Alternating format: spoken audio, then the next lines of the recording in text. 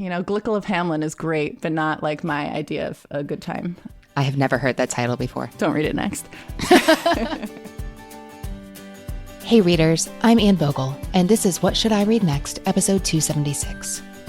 Welcome to the show that's dedicated to answering the question that plagues every reader. What should I read next? We don't get bossy on the show. What we will do here is give you the information you need to choose your next read.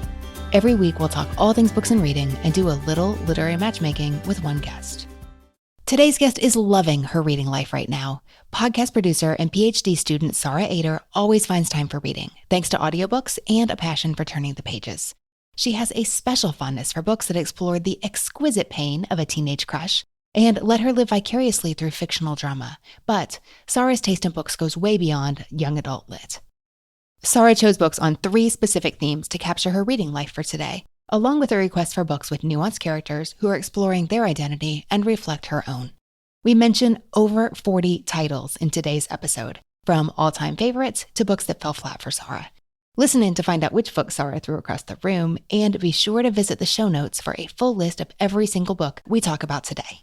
Let's get to it. Sara, welcome to the show. Hi, Anne. How you doing? I am doing well because we're going to talk books today. Sara, I have to say, you have one of the more interesting and packed CVs we have seen here at What Should I Read Next HQ in a long time. Yeah. Okay, tone noted. Tell me a little bit about what you have going on. I am in the middle of a doctorate program. I'm getting my doctorate in higher education administration at NYU. And then I have 2 full-time jobs. One, which is a little bit more relevant to the conversation we'll have today, which is that I produce podcasts for Tablet Magazine, which is an online publication specializing in Jewish culture. We have multiple podcasts as part of our Tablet Studios branch. And then I also am in my last week working at NYU, where I'm the director of development for the Bronfman Center for Jewish Student Life at NYU. In a week, I'm switching to be the executive director of American Friends of Nishmat, which is a Center for Jewish Women's Learning, where I spent a gap year between high school and college. So I'm going to be the executive director of the American branch of that organization as well. Sara, I'm tempted to ask you when you managed to read, but I'm sure we'll get into that. Now, tell me about your reading life right now. My reading life is going great. Despite all of the things that I just told you, I capped off 2020 having read 103 books, which is far beyond anything I'd ever done before. I don't have many hobbies. I guess I don't watch any TV, so I fill in everything with books. You said despite. Is it possible or is it wishful thinking to think maybe it's because of? Like, I always say that reading is my favorite introverted recharging strategy and coping mechanism. And so sometimes when I have a lot going on, I need to read. I once heard the saying, if you need something done, ask an incredibly busy woman. There's always time in the day for the things you want to make time in the day for, is what I found. I'm not a procrastinator. When things need to get done, I do them.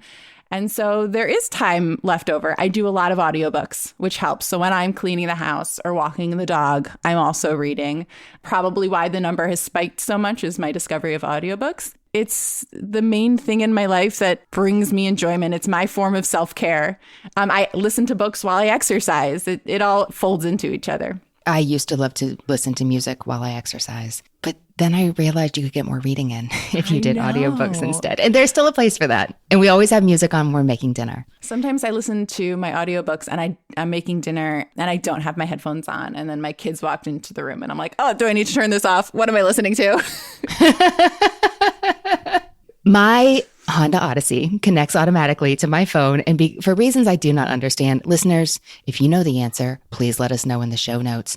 If I have an audiobook going, and it's not just if the app is open, like even if I close the app, this happens, it'll start playing wherever I am after it connects, which usually takes about eight seconds. Our car is slow to stop. Like whenever I hit stop, it'll play for 8 more seconds. Oh no. That gives the book the opportunity to say a lot of things I'd like to take back in that 8-second window. But my kids are always like, that's kind of fast. And also, what are you listening to? Well, if you're listening to it on double speed, maybe they can't their ears can't catch up and you're safe. There are certain words and themes that they're going to hear no matter what. It's some kind of child radar. I don't even want to say that I'm always listening to the steamiest books. It's just that they're 4 and 6 and there's sometimes things I don't want to explain to them. That is understandable. So as we dig into your reading life a little more today, what are we going to hear about? It was hard to choose. I know that you always ask that question because I wanted to choose books that represent overall themes that I found in my reading. So I think that I've done a good job in selecting some of those themes. I'm going to probably try to sneak in some others to get, the fullest picture. I think I like books that bring me joy.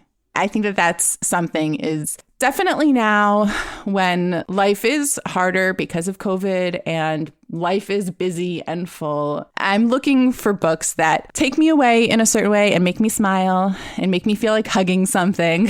I know when talking to readers, sometimes the topics that come up are exactly what they expect, and sometimes they're not at all. So we'll see what happens today. Yeah. Sara, you know how this works. You're going to tell me 3 books you love, 1 book you don't, and what you've been reading lately. And we'll talk about 3 titles you may enjoy reading next. Are you ready to dive in? I am. Okay, I'm very curious to hear what you chose is representative of common themes in your reading life. What's book number 1? My number 1 book, which I would say is probably one of my favorite books of all time, and I've definitely reread it, although not recently, is Prep by Curtis Sittenfeld. Ooh, tell me more. I love Curtis Sittenfeld. I have read all of her novels. Prep is my favorite, and I also love American Wife. I love books that delve into teenage angst. I love the exquisite pain of a teenage crush. I think part of that is because I got married at 22. I was a mom the week after I turned 25. Like, I didn't have a lot of time to live in that space. And so returning to what it was like to be a teenager and to just like be so in love with someone at that stage in your life without knowing if there was going to be a happy ending, without knowing if there was going to be a success, and really like the pain of that teenage love is something that I live vicariously through in my very happy and stable marriage. I love you, Robert. I'm not complaining, but it's a feeling that I haven't personally experienced in 10 years, and I really enjoy reading it. It's great that you can have your relationship angst on the page and not in your life. Right? This may be coincidence, but something else I'm noticing about Prep is that Sittenfeld herself has St. Louis roots. I don't know that we see that in the story, but you and I were just chatting about how you have connections to St. Louis. Is that just purely coincidence, or is that a reason that Sittenfeld jumped out at you all those years ago as an author you were interested in getting familiar with? That's coincidence. I fell in love with Prep when I was in high school, although I do love Sittenfeld for other reasons. She once wrote an article for the Wall Street Journal about how she loves the brand Not Your Daughter's Jeans and mom jeans. And I went out and bought a pair immediately because she convinced me. One of my favorite lines, bringing in, the Jewish aspect, is that the boy that she's in love with is named Cross Sugarman. And of course, me reading that, I was like, well, that's a weird name. Cross, and then like a super Jewish last name. And then in the book, the book is her reflecting as an adult back on her boarding school experience. One of her adult friends, when Lee, the protagonist, is telling her about this very difficult experience loving this boy, her friend cracks up. You had a boy named Cross Sugarman? What kind of name is that? Which I felt seen. What I remember about reading that book, well, in reading Sittenfeld in general, actually, Sara, I have to confess I have an uneasy relationship with Curtis Sittenfeld as an author, which has been documented here before. You just said it on the AMA. You find her scenes cringy.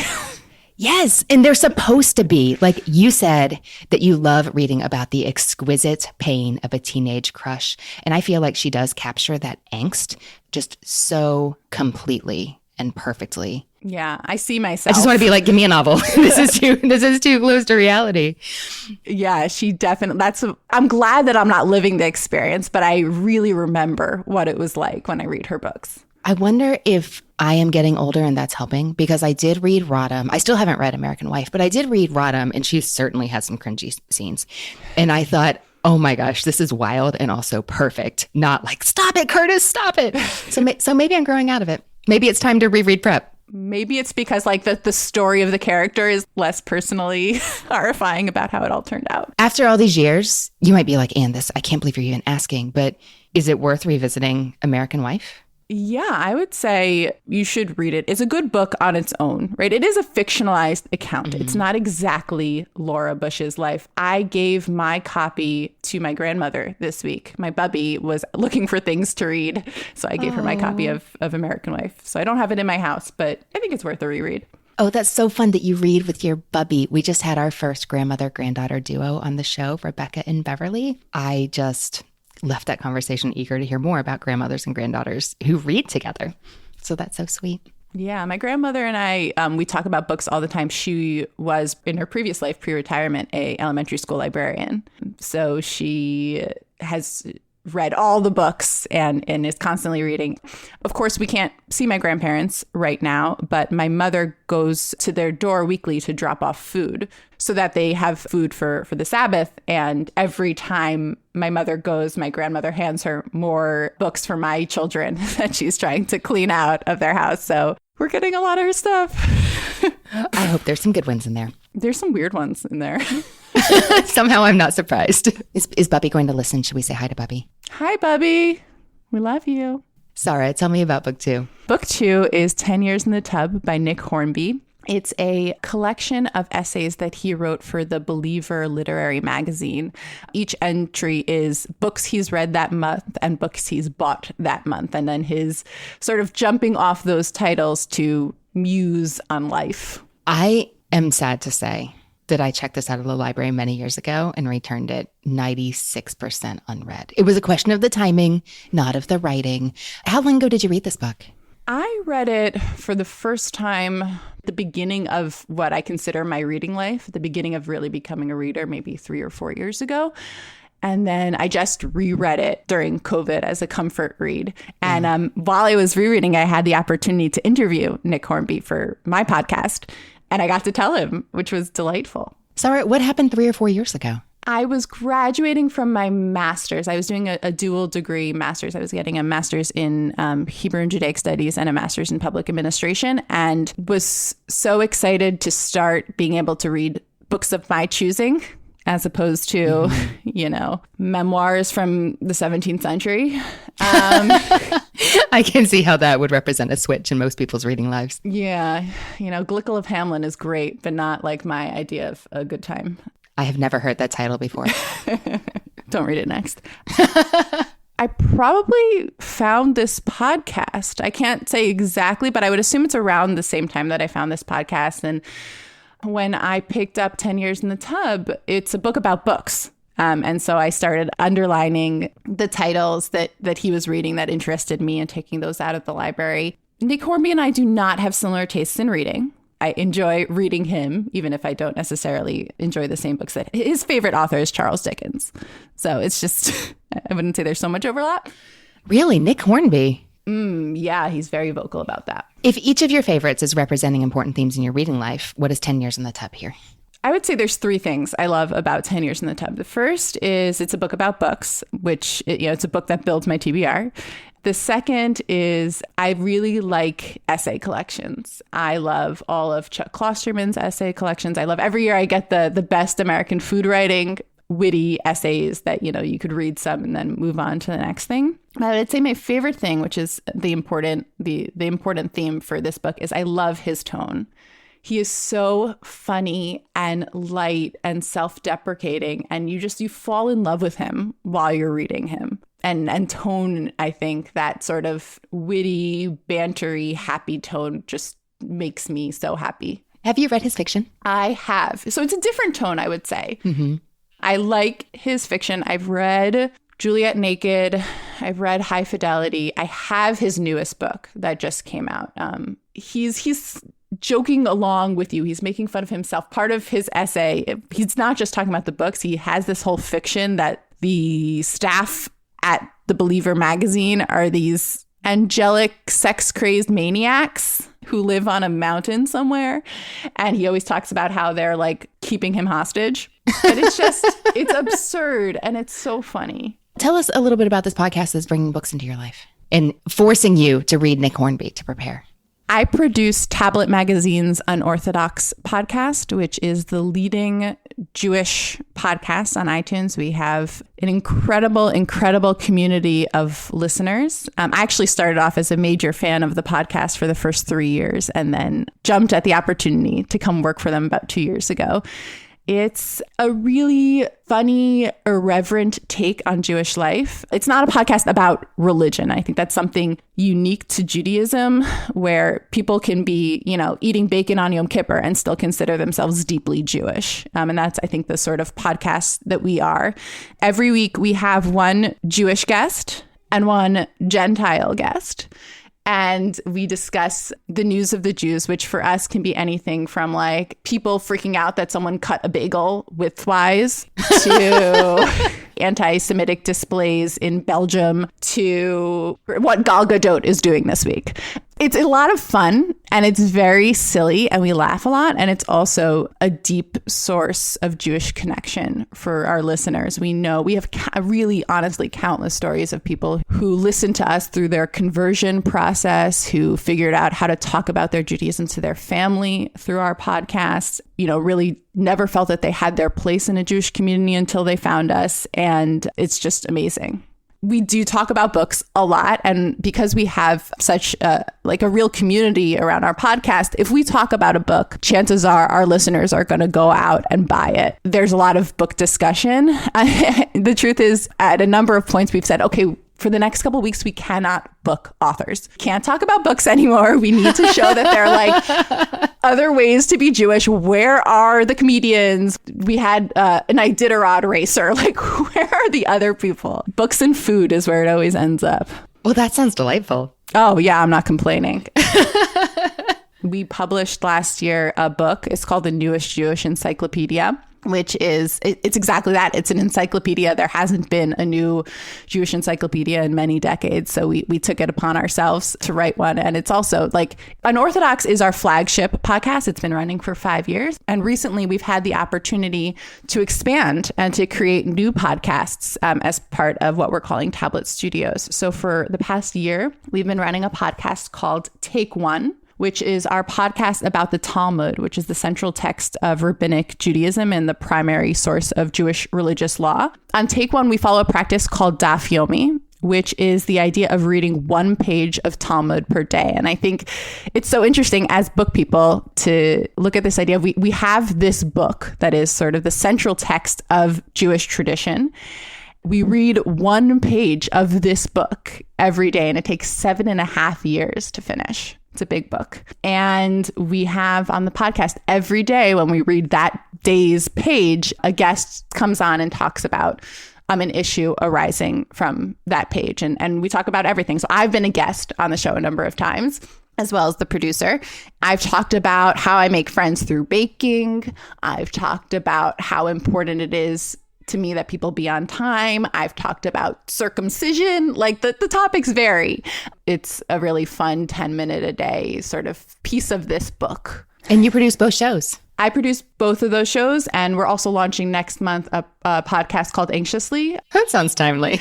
Right? Our two hosts, Amy and Lisa, talk about the things that make them anxious. And it could be silly things like chicken germs or like being outdoors, and serious things like the state of the world and the grief of losing a loved one. And they speak with experts like Simon Doonan or Anne Roify, who sort of have been there and done that and talk them through their anxiety.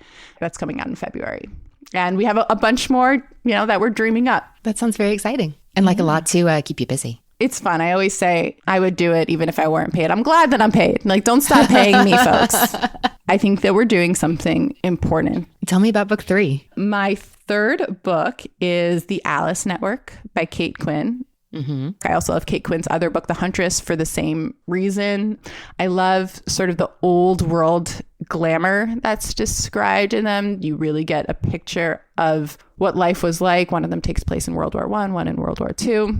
I love the strong female heroines. I will say that at this point, last year, I read so many female spies in World War books that I need to take a break. Like, I have on my TBR Codename Helene and The Lovely War and all of those books that I'm sure are great, but I just need a break from those right now. So I shouldn't make sure that you know about the new 2021 Kate Quinn release, The Rose Code? I do know that she's coming out with a new book, and I will absolutely read it at some point. I will say that I have read other Kate Quinn, and I didn't like it as much. I read The Mistress of Rome. Mm-hmm.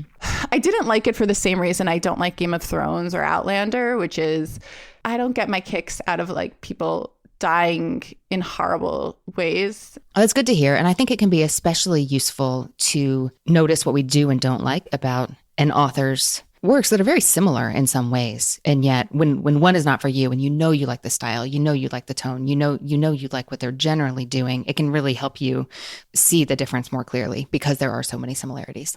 And that was a guest favorite on Elizabeth Cooper's episode. It's called You Love to Read, Don't Ruin It. And she talked about all the reasons why that book was for her. Listeners, if you want to hear why it might be right for you.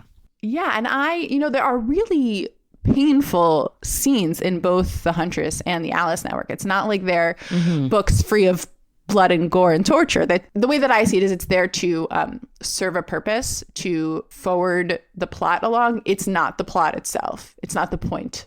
Things like Rules of Civility or City of Girls, Evelyn Hugo. I love that sort of really rich picture of times past.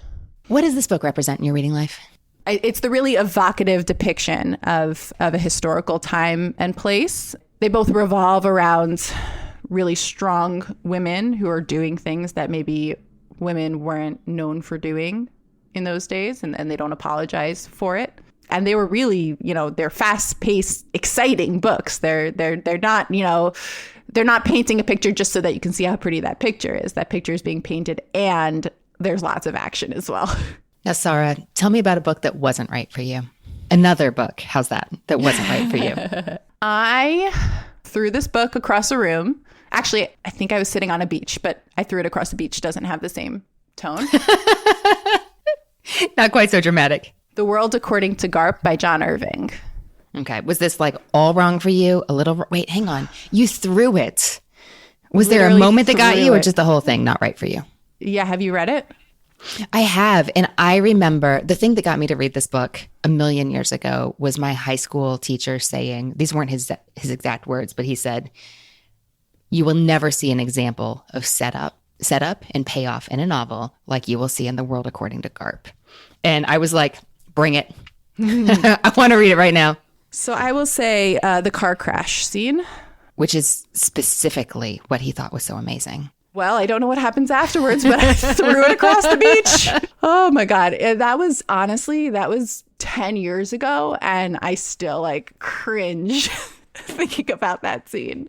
I don't remember the plot, to be honest. I remember really hating it. Hating it. This is a weird question to ask. Hating it how? I will say one of my strongest aversions in reading is hearing about people's bodily functions. I don't want to read about the gross and disgusting. And I think that sometimes things get put in there because people think it's titillating to tell you what happens behind closed doors. I will not get into a book. And there are books that people love that I've heard from numerous friends that they're their favorite books they've ever read. The Knicks, Fleischman is in Trouble, these books that people cannot stop talking about. You want to keep your precise descriptions to the evocative world painting. Sara, what have you been reading lately? Yesterday, I finished The Vanishing Half by Britt Bennett, and I loved it. I wasn't sure that I was going to love it because there were a lot of buzzy books from the past year that everyone was talking about that I thought were okay. I didn't hate them, but they didn't really get me excited.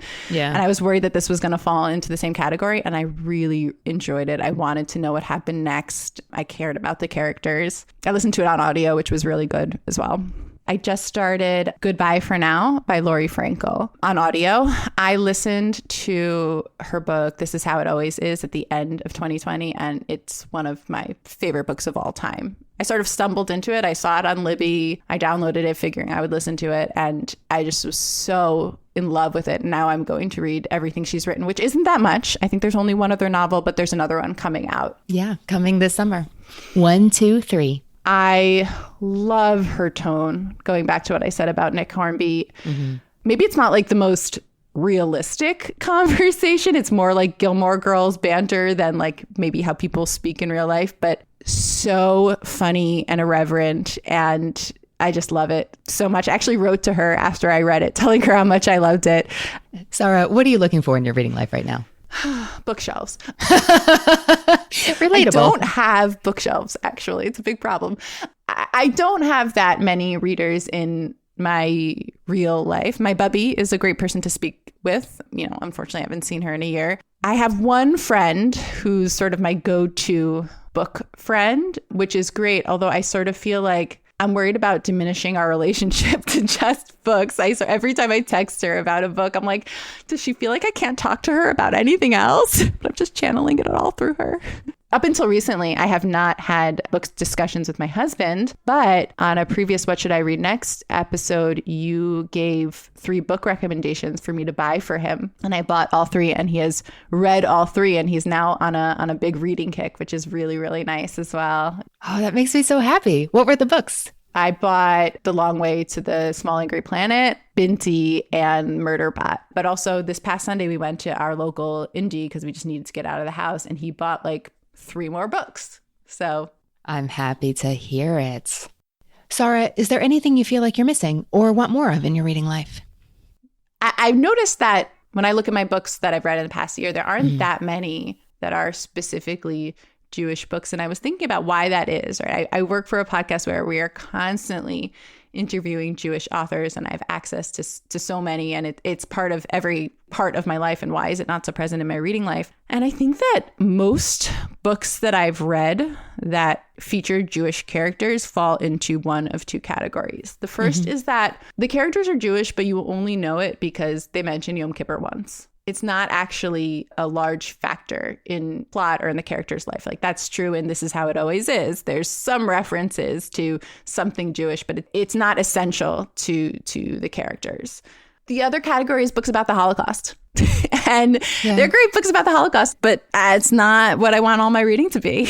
There's a limit to how many Holocaust books I'm going to read in a given year. And it's really hard for me to find books that don't fall into either of those categories. Books that the character's Jewish identity is central to who they are. It's one of the reasons why I really love The Weight of Ink by Rachel Kadish, which I know that you recommended in a previous episode, because it's a very Jewish book about a time period that is just not covered really all that much, and talks about Spinoza, and it talks about Shakespeare, and there are all these different factors that we don't have enough of. And I also read a book that actually is a Holocaust era book, but a very different take on it. It's called The Song of the Jade Lily by Kirsty Manning, and it's about a Jewish refugee whose family escapes the Holocaust by going to Shanghai, and about their lives there and what everything is like when the war comes to them there. So while it is a Holocaust era book, it's a very different kind of narrative. And I've really enjoyed both of those. That's really interesting, and especially in light of what you spend your time doing in your life.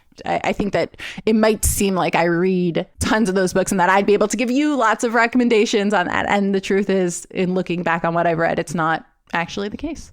Well, I'm really glad you said that, because I think a lot of times when we're talking to other readers, we make assumptions about what they read and what they know about the books that are available based on what they do professionally or who they are personally. And that's just, sometimes it's totally the case, but many, many times it's not.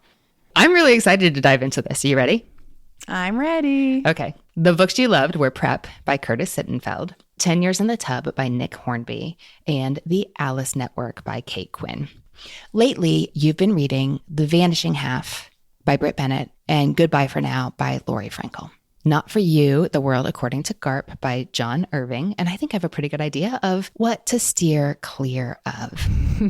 You love teenage angst, evocative world building, and you're looking for books that bring you joy. Although you took pains to note that doesn't necessarily mean that the books themselves have to be like all rainbows and sunshine, but there are many ways for a book to bring you joy. Sara, as we think about choosing books for you today, I can see us going in so many different directions. But since you said that surprisingly, you don't read a lot of books that feature Jewish characters or that explore Jewish identity, I happen to have read a couple of great books that have those themes very recently. I want to see if maybe they're ones that you could connect with. So we'll include some of those as well.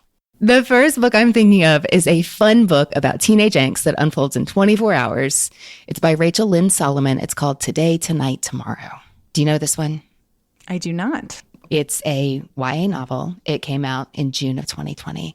So this is about previous enemies who maybe are in like deep love by the end of the story 24 hours later because they're teenagers and that can totally happen. Their names are Neil McNair and Rowan Roth, who the way she feels about him is he's in her phone as McNightmare. They have this bitter rivalry. They've had their entire high school career because they both are determined to be like top of everything at school. There's only room for one at the top, or at least that's the way they've both seen it. That's the way that Rowan's seen it.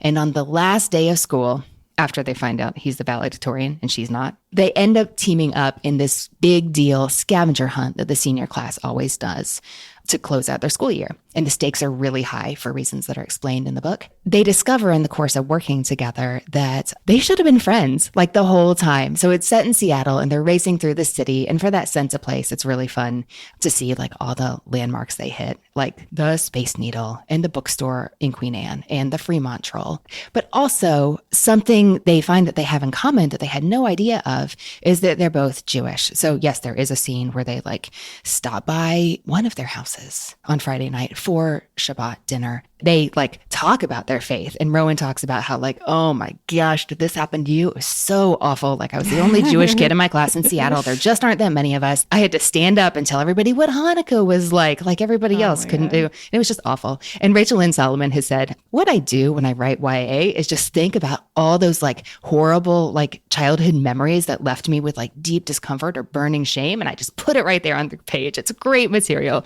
Get all that exquisite pain from your childhood in front of other teen or adult readers, because that is unfortunately so relatable and makes great material. They have this conversation about like, well, what's that like for you? What does your family do? Like how serious are you? What temple do you go to?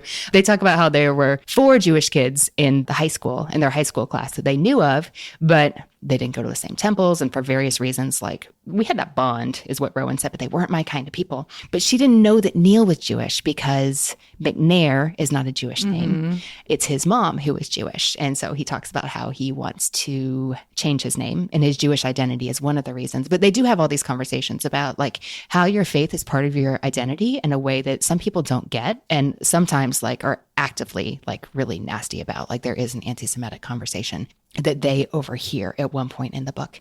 Ooh, another fun thing about this book is that Rowan loves romance novels and she wants to write one. So that works into the plot of the story, not just because she's having a difficult time telling her like award-winning children's author and illustrator parents that she wants to like work in this genre, which her parents think is maybe like a little bit beneath serious readers. But also there's a fun like book event they want to go to in the story, and that fits into the plot too. So I don't know if it's like a book that's all about books, but a major like plot line running through it is literature.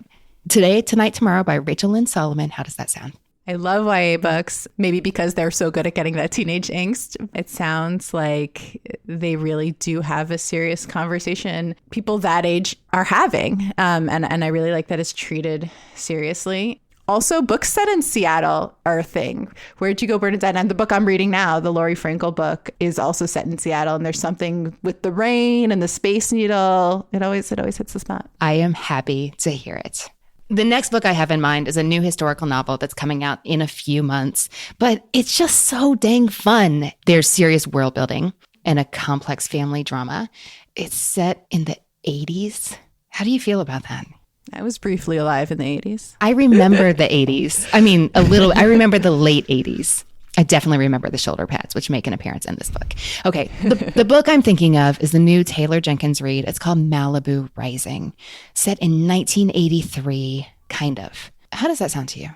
I like Taylor Jenkins Reid. There's a lot going on in this book. Actually, that's one of the things I really liked about it. I just finished it and didn't expect to talk about it today at all, but it is packed with action and story and characters. And at the same time, it was so easy to keep it all straight and see how all the characters connected to each other and all the moving pieces. I thought it was so fun and also really hard to pull off. The structure is also really interesting and I think really worked for this story. So we just talked about Today, Tonight, and Tomorrow that unfolds in a 24-hour window. Well, half of this book is set up the same way. There is the day of the big party at the Riva kids' house happening on Party Day 1983. hour by hour, 7 a.m., 8 a.m., 9 a.m., you see the Riva siblings, there are 4 of them, going through party day, especially Nina, the oldest sister, who, for reasons you'll discover, is like a mother figure to her siblings. So that's half the story, but not linearly. Cut in, alternating that 1983 party day story, you get a glimpse of the Riva parents' past 1 year at a time, beginning at 1961. So that's how you figure out how we got to where we are right now. It's worth saying that both timelines are really strong. And sometimes when you're reading a historical novel that goes back and forth in time, something that's been increasingly popular in the last 10 years or so, you're like, yeah. I want to get to the good story. And it's not like that. Also, because of this structure, I think it just like launches you through the story. I read this so fast, and I'm sure many, many readers are going to talk about that. Here's what Taylor Jenkins Reid said about the book herself. She said it was a story about fame and how it can ruin you, and the objectification of women. She says it's about sibling rivalries, about parenthood, and about marriage, and the ways we repeat the mistakes of our parents. And it's all set against the backdrop of 1980s Malibu. There are surfers and models, actresses and screenwriters, they're tennis pros and TV stars, studio execs and musicians, and they all come together to lose control over the course of one evening at that huge party that's the 24-hour timeline, where it starts at 7 in the morning when Nina's getting ready, ends at 7 in the morning the next day when the party is just breaking up. And I thought, the 80s, do I care about the 80s? It turns out when Taylor Jenkins Reid is writing about the 80s, I do care about the 80s. It was so fun. There are a lot of characters that were very thinly veiled in the book. Like Rob Lowe is a kid from Dayton who came out west, and his neighbor is that guy who you think it's Charlie Sheen, if I have the generations right. It's not Rob Lowe, but it's totally Rob Lowe, and that was really fun. And there are very detailed descriptions of what the characters are wearing and what the newspaper ads are at the time. One character goes to a party in like a sky blue t-shirt with a really thick, white, shiny belt. So she belted it at the waist. Somebody like dresses up with 2 pairs of shoulder pads. Not like ironically, like she is super chic in the book. Very early in the story, you know that Nina, the daughter who's just broken up with her tennis pro husband, the tabloids have captured her coming out of the supermarket with like a pack of Virginia Slims and a 6-pack of Tab. And I was like, gosh, that is so good. But what I love here is that in a like really fast-paced, oh my gosh, what's going to happen next? Like, give me the story. She really probes these like really serious issues, the treatment of women and how we repeat the mistakes of our parents, and sibling unity and loyalty, what you owe the people you are blood related to and what you really don't. I don't want to say too much, and I definitely don't want to give anything away, but how does this sound to you? You had me at Rob Lowe. So that is Malibu Rising by Taylor Jenkins Reid. Might it be for you? Maybe. I think that there's a lot of things that you said there that are really intriguing to me. Number one, I trust Taylor Jenkins Reid. I haven't read everything, but I've read a lot, and I loved Evelyn Hugo. I really liked Maybe in Another Life, I think was called another one. Yeah. I liked Daisy Jones. So I feel like she's just someone who's not going to let you down. When you ask, do you care about the 80s? I would say, if you're going to read the 80s, it should be in Malibu. Like, go to the excess, go to like, I mean, these are 90s, but, Saved by the Bell, Baywatch era visuals. I think that's a lot of fun, especially as I sit here and it's snowing, the beach, and fluorescent colors could be just what we need right now. So for your third book, I was thinking about The Invisible Bridge by Julie Oranger because it's fantastic, but it's also a Holocaust book. I was thinking about The Cooking Gene by Michael Twitty, which is... I've read it. It's amazing. We've had Michael Twitty on twice on I am show. So happy to hear that. But you said you love YA, and I think we're going to lean into that.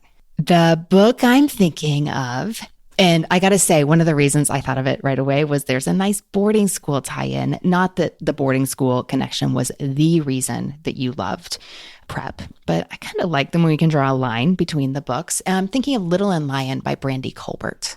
I do not know it. We've talked about Brandy Colbert on the podcast before because she had her book that came out in late summer 2020 called The Voting Booth, which is another book that unfolds in the course of one day. But this one is called Little and Lion. It came out a few years back, and this is about a young girl named Suzette. She's a high schooler, and it's also set largely in LA. So she's in boarding school in New England, but she goes home for the summer back to Los Angeles. She's nervous about seeing her stepbrother, Lion, again, which is where the title comes from. Because before she left for school, she had broken a promise to him. She told her parents that his bipolar disorder was getting out of control, even though she had told him, like, don't worry, I won't tell mom and dad. But then she felt like she had to, which, of course, the adults reading this YA book will be very sympathetic to. Oh, I will also say that an interesting thing that I especially noticed in this book that does have a strong parental presence is that reading this as an adult, it's totally the adults and not the protagonist that I completely empathized with.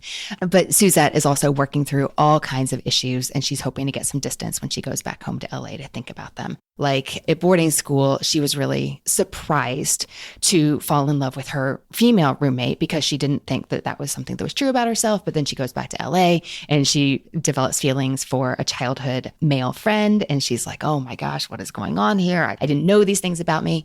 So she's dealing with discovering her sexuality as a person who's bisexual. She's Black. She's also Jewish. And that's something that's also discussed in this story, which is largely about not just discovering and codifying these key factors in her identity, that she is Black, that she is Jewish, that she is bisexual, but also navigating a very trying summer. So for teen angst, and also just the teen exploration and growing up, learning to find your place in the world, and not just find your place, but create the place that feels right to you, even though the world seems to be pressuring you in a different direction. And something that Suzette explicitly talks about in this book is she feels like the world only wants her to be one thing, but that's not who she is. I think that this book has the teen angst and painful teen crushes that might be fun to read about, but it also has themes that are important to readers of any age, not just readers the age of the protagonist. How does that sound to you? What I really like about what you just said is the acknowledgement that people have so many identities. You know, if you're talking about a book with Jewish characters and that Jewish character is just a Ashkenazi Jew living in New York who mentions Hanukkah, then you're missing so much of what there is. And part of my work at NYU and with the podcast is exposing people to all the beautiful, multifaceted aspects of Jewish people. So I really, really like that there is a book that speaks to that. I'm glad to hear it. Okay, I want to throw one last title out there. I didn't make this one of your big three because I'm not sure it's the kind of story you're interested in reading right now, but I want to hear what you think. Tova Mirvis wrote a book called The Book of Separation. It's a faith memoir, and it's set in New York City. It's about her divorce and related separation, not just from her husband, but from modern Orthodox Judaism. And I'm not sure, given what you do and who you are and what you're interested in reading about, if you want to read a faith memoir that's about leaving the faith. But she also goes into diverse Jewish lifestyles from Hasidic to secular and the various choices people make. That puts me in mind of your podcast, Unorthodox. And I just wanted to plunk that on your radar. We've actually had Tova Mirvis on Unorthodox. Really? Have you read her book? I have not read her book. We had her on to talk about the Book of Separation a couple years ago, but that was before my time on the podcast. What I'll say is that I think that there are books that are done. There's a whole genre of leaving orthodoxy books, and some of them are done really well, and some of them are done in a way where I just feel like the book Unorthodox, which the Netflix series Unorthodox, which has nothing to do with my podcast, is based on. There's a sense of okay, it didn't work for you, but did you have to write a book trashing the whole way of life? I can understand how that would feel really hurtful and not representative. Yeah, there's a book by Shalom Dean, which I don't remember the name of, which is also his leaving story, which I think does it in a really sensitive way. In a lot of ways in America, Jews have made it. We're a model minority. And though there is an increase in anti-Semitism in the past couple of years, which is scary, there are a lot of ways in which it's really great to be Jewish in America today. But I think that sort of society's acceptance of Jews stops at the Jews who look different and who live differently. I'm fine because I look like my neighbors, but it's so easy for people to not trust Hasidic or Haredi Jews, ultra-Orthodox Jews. And so I think that when we're talking about the issues that people face, and absolutely their own experiences are true to them, and I wouldn't deny it, when we're talking about like mass consumption, talking about how weird these other people's lifestyle is, I feel like that's one of the last sort of acceptable places where people can be anti-Semitic. So I think that it's really important to be careful around those memoirs. I haven't read hers, and I know that we interviewed her, so obviously our hosts didn't think that it crossed that line. But yeah, it's an interesting genre. Thanks for your vulnerability in talking about that. I appreciate you sharing your perspective. Sara, of the books we talked about today, Today, Tonight, Tomorrow by Rachel Lynn Solomon, Malibu Rising by Taylor Jenkins Reid, and Little and Lion by Brandy Colbert. Which book do you want to read next? I think I'm sure that I will read them all, but Today, Tonight, Tomorrow really sounds just like it was made for me. Well, I hope it turns out to be a book that brings you great joy in your reading life. Thank you so much for talking books with me today. Thanks, Anne.